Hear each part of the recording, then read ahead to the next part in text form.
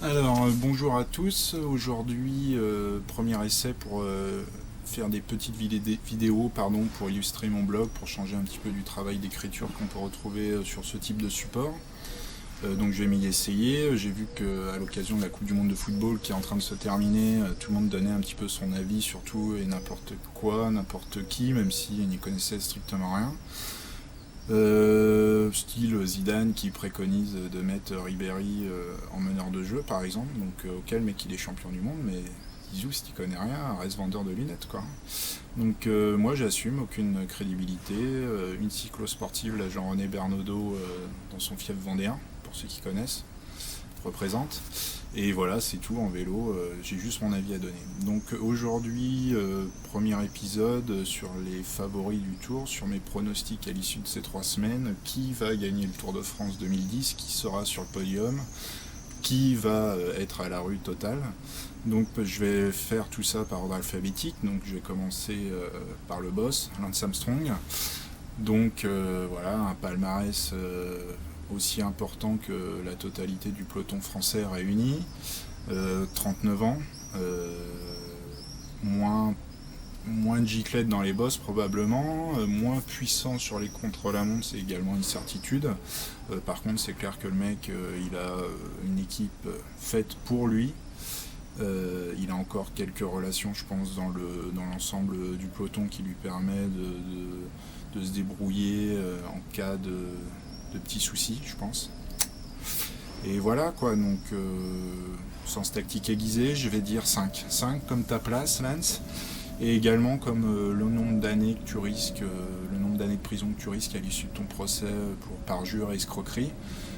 Parce que là c'est clair qu'avec Landis qui continue à déballer, le père Nowitzki qui est sur tes fesses, tu vas pas pouvoir t'en tirer. Mais une place de 5ème quand même. Ensuite, Ivan Basso, italien, donc déjà 2 fois sur le podium du Tour, vainqueur sortant du Giro d'Italia en 2010, très fort, il m'a fait très forte impression sur les pentes d'une zone collane, c'est clair. Par contre, je pense pas qu'il ait la fury class d'un Marco Pantani ou d'un Miguel Indurain pour tenter le doublé. Donc je vais dire vainqueur d'une étape, déjà ce sera pas mal, mais à la rue complet au niveau du classement général. Ensuite, Cadel Evans, donc l'Australien, champion du monde depuis l'année dernière, ce qui lui a apporté sûrement le manque de confiance en lui qui pouvait trimballer, quoi, qui pouvait être son défaut majeur. Coureur complet, teigneux en montagne, très fort en contre-la-montre. Il sort d'un bon Giro d'Italie, il a fait 5ème, je pense qu'il ne s'est pas trompé d'objectif. Par contre, Cadel, pardon, tu quittes Predictor Lotto, donc une équipe sauve de Tours, pour aller chez BMC.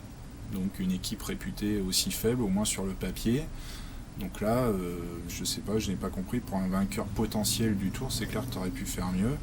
Donc ok, il y a Papine, Capi, Sévaris, quoi, mais j'ai peur qu'en capitaine de route, ça fasse un peu léger, quoi. Donc je vois néanmoins l'Australien finir sur le podium à la 3ème place. Ensuite, Roman Kreuziger. Donc là, peut-être bien qu'Evgeny Berzin a enfin trouvé son successeur, parce que bon, Vladimir Karpets n'a jamais confirmé. Et quoi? Il est pas russe, Kreuziger? Tchèque? Oula, tchèque. Bon, bah le successeur de Petr Korda alors. Mais sur gazon, parce que sur terre battue, je crois que Roman, il a la roue arrière qui chasse un peu. Donc, mais bon, coureur complet, je le vois 4ème. C'est ma grosse cote pour cette année, 4ème. Ensuite, qu'est-ce qu'il me reste? Carlos Sastre. Donc lui aussi il sort du Giro d'Italie, il a déjà été vainqueur du Tour de France. D'ailleurs, petit aparté, je dois rappeler qu'à cette occasion, la veille du prologue, Laurent Jalabert, l'ancien coureur cycliste, hein, pas le triathlète, avait pronostiqué sa victoire, donc sûrement une grosse cote. Donc Jaja, si tu me regardes, si tu m'écoutes, bah, t'es gentil, t'arrêtes de faire ta langue de bois sur France Télévisions et tu vas faire consultant chez BetClick, quoi. Parce que tout le monde sera content, je pense. Et sinon, pour en finir sur Sastre, donc participation au Tour d'Italie, participation au Tour de France. Il prévoit également de faire la Vuelta à la fin de l'année. Donc clair, il va être cramé, je pense. Voilà, il fait un raid, une chevauchée dans les Pyrénées. Au mieux une victoire d'étape. Voilà. Après, les frères Schleck. Les gars, ça sera une première, quoi. Ils veulent gagner le Tour de France avec une potence de 170 mm, quoi. Donc plutôt que d'écouter aux portes de la chambre de Fabian, allez lui demander directement, parce que là les gars, lui il parle de longueur de manivelle, il parle pas des longueurs de potence quand il parle de 180 mm. Donc tentez pas le diable les gars, attention à vous. En plus avec une angulation inversée, donc vraiment n'importe quoi, j'y crois pas une seconde. En plus trop limité en contre-la-montre, donc même si Andy est champion du Luxembourg, mais ce qui équivaut à mon avis à une petite coursette UFOLEP du coin. Donc je vais dire une étape pour Franck et une seconde place pour Andy quand même au général, parce que c'est un très très gros grimpeur, il n'y a pas à dire, il est très très fort, mais s'il court bien, je pense qu'il peut au mieux faire deuxième. Pas mieux, trop limité en contre-la-montre. Ensuite, il me reste qui? J'ai oublié Denis Menchov, mea culpa, erreur de ma part. Donc le russe serait malvenu de se fâcher avec la mafia russe, surtout ici sur Cannes, ça peut toujours servir. Donc je vais dire énigmatique ce garçon, vainqueur du Giro en 2009, inexistant depuis le début de saison.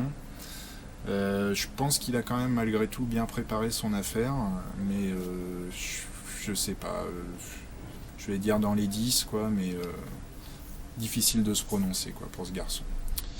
Et enfin il me reste Nibali, donc qui a fait un peu le Giro d'Italia à l'arraché quoi, à la demande de son sponsor. J'ai peur qu'il ait laissé un peu de plume dans les Dolomites quoi. J'ai peur également que l'entente avec Ivan Basso et Roman Kreuziger, ça fasse beaucoup de leaders au sein de la Liquigas, et j'ai peur qu'il en paye les pots. Coureur complet, hein, comme Kreuziger, gros grimpeur, gros rouleur. Je vais dire 4ème ex-aequo avec Kreuziger, je sais que ça se fait pas, mais j'arrive jamais à les départager ces deux garçons, donc 4ème ex-aequo. Et très très gros descendeur, probablement le successeur de Paolo Savoldelli au sein du peloton. Il me reste ce coup-ci Bradley Wiggins. Donc Bradley Wiggins, voilà, bon alors il a compris que pour gagner le Tour, il fallait partir d'une équipe réputée pour son code éthique. Vraiment là c'est pas possible de pouvoir gagner le Tour dans ces conditions. Donc un bon point pour toi Bradley. Deuxième bon point, en quittant cette équipe, tu quittes aussi les conseils tout pourris au niveau matos de David Millar. Donc ça, je pense que tu n'auras pas à le regretter. Par contre, c'est clair qu'il sort d'un Giro d'Italie, voilà, où il y a été pour travailler, quoi. Donc en tant que grand fan de Miguel Indurain, le Giro d'Italie, tu n'y vas pas pour travailler, tu y vas pour le gagner. Déjà, Yann Ullrich m'avait fait le même coup il y a quelques années, ça m'avait mis hors de moi. Donc là, grosse erreur, je pense. Et deuxième erreur, je pense qu'il faut que tu arrêtes ta tendance anorexique, parce que là ça va pas le faire du tout. Donc je pense que voilà, l'année dernière était un coup d'éclat, là il va sombrer dans le classement, la 40e place, pas mieux voir un abandon en 3e semaine. Désolé Bradley.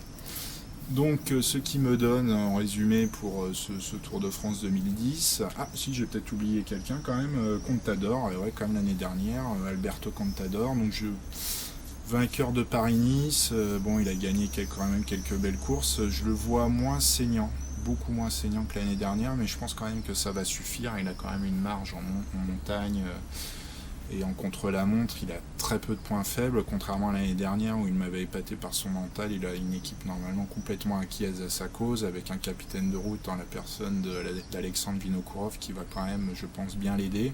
Donc s'il n'y a pas d'entourloupe de ce côté-là, même moins fort que l'année dernière, je le vois premier sans hésitation possible. Ouais, déjà son 5e tour, à je sais pas trop quel âge, mais encore très jeune, donc c'est clair qu'à l'avenir, c'est le coureur des années 2010-2020. Donc voilà, donc pour résumer, en 1, Alberto Contador, en 2, Andy Schleck, 3e, Cadel Evans, 4e place, ex-aequo, bon voilà, ça se passera probablement pas comme ça, Nibali et Kreuziger, et 5e, Lance Armstrong. Voilà pour les pronos. Bah, écoutez, on se retrouve dans quelques jours, que je vous fasse mon premier bilan sur les premières étapes de ce Tour de France 2010.